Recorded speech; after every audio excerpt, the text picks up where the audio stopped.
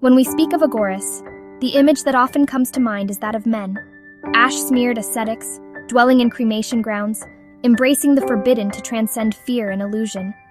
Yet hidden behind the veils of silence and secrecy lies one of the most profound mysteries of the Aghori path. The presence of women, the female Aghoris, who walk with a power that is unlike anything the world has ever seen. Today, we shall dive deep into this hidden dimension, the secret of feminine energy as it manifests in female Aghoris. This is not mere curiosity, it is wisdom drawn from Sanatan Dharma itself. Wisdom rarely spoken of, wisdom carried in whispers among the disciples of the left-hand path. In Sanatan thought, Shakti is the primordial energy. Even Shiva, the great ascetic, is inert without Shakti. The cosmic dance of creation depends on this union. Now imagine what it means when a woman herself, embodying Shakti by birth, steps onto the Aghori path. The alignment of her biological, spiritual, and cosmic energy is unlike anything that can be measured by logic. Female Aghoris are not just practitioners, they are living conduits of Shakti in its raw, untamed, and transformative form. Many ask, why are there so few female Aghoris? The answer lies in both societal conditioning and in the sheer intensity of the path. The world has often feared feminine power. History has shown us how societies controlled, suppressed, and diminished women's strength. Yet, the Aghori path does not suppress, it liberates. It does not hide, it reveals. That is why, when a woman steps into the realm of the Aghori, she does not just follow the path, she becomes the path itself. The secret of feminine energy lies in receptivity. Masculine energy, symbolized by Shiva, often moves outward. It penetrates, it acts, it directs. Feminine energy, symbolized by Shakti, draws inward. It absorbs, it nurtures, it transforms from within. Now imagine the cremation ground, where the veil between life and death is thinnest. A male Aghori may meditate on impermanence and dissolution, but a female Aghori does more. She receives the energy of dissolution into her own womb-like being. She transforms death into rebirth within her consciousness. This capacity is unique, for the womb itself is the cosmic reminder of creation. Where there is feminine energy, there is the potential for turning destruction into creation, fear into power, darkness into light. There are very ancient whispers of yoginis, 64 of them, who were guardians of mystical knowledge. They were not just dancers of Tantra, they were embodiments of feminine energy in its fiercest and most compassionate form. Female Aghoris are the living echoes of these yoginis. They are feared, yes, but also revered, for their power to channel energy goes beyond ritual. It penetrates the very fabric of existence. Few know that in Varanasi and parts of Assam, there have been female practitioners who were said to meditate not just in cremation grounds, but also in places where rivers merge, the Sangam points. Why? Because rivers themselves are feminine. The Ganga, Yamuna, and Saraswati, each is Shakti.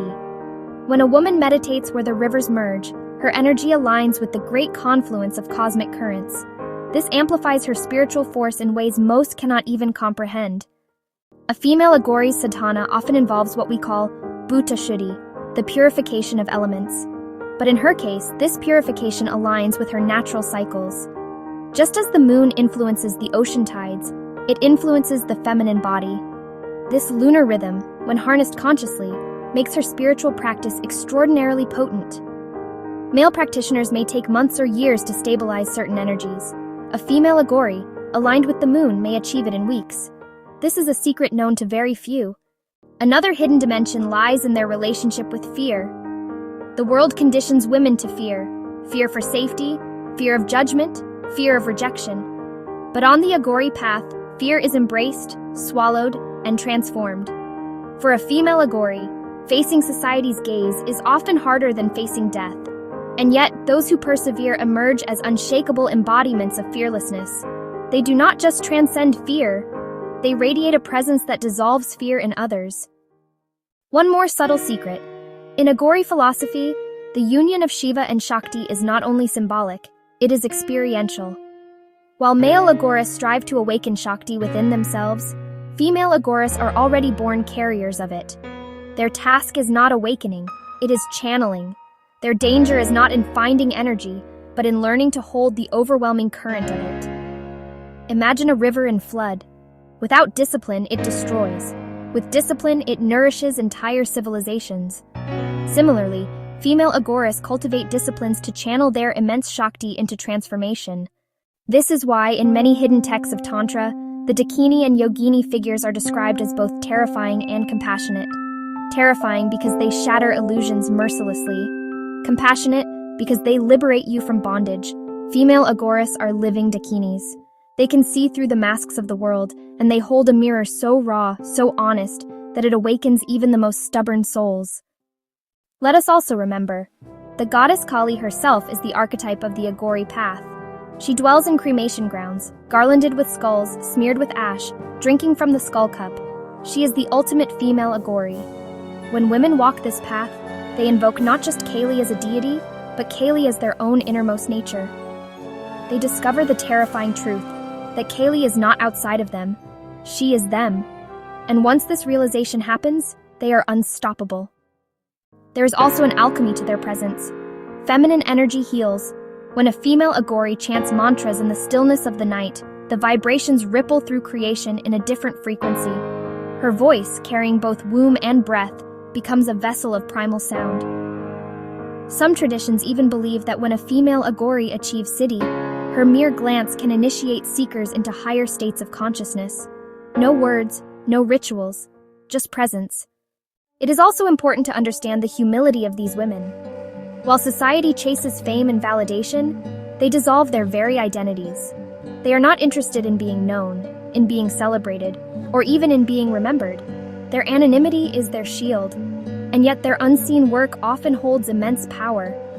There are countless stories of villages protected, of disasters averted, of restless spirits calmed because of the silent sadhana of an unknown female Aghori sitting by the riverside or in the cremation ground. Now you may wonder, what does this secret of feminine energy mean for you, the listener? Whether you are male or female, understand this. The feminine exists within all of us. Every soul carries both Shiva and Shakti. The lesson of the female Aghori is not just for women, it is for all humanity. She teaches us to stop fearing the depths, to stop apologizing for our power, to stop running from the cycles of creation and destruction.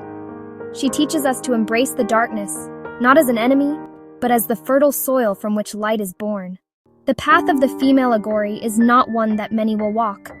It is rare, secretive, and profoundly misunderstood. But her existence is a reminder that true liberation does not belong to men alone, nor to women alone. It belongs to those who dare to embody their truest essence without fear, without apology, without illusion. As we close, remember this. The secret of feminine energy is not softness alone. It is raw power, it is nurturing creation, it is terrifying destruction, and it is compassionate liberation. The female Aghori holds all of these in balance, walking a razor's edge between worlds. And in her, we glimpse the untamed, eternal face of Shakti herself.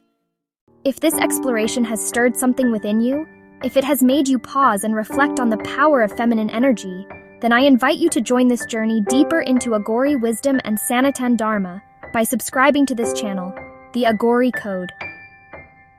And now I ask you, what does feminine energy mean to you? Do you see it as gentle, as fierce, or as something beyond definition? Share your thoughts in the comments. Let us together uncover the truths that the world has long forgotten.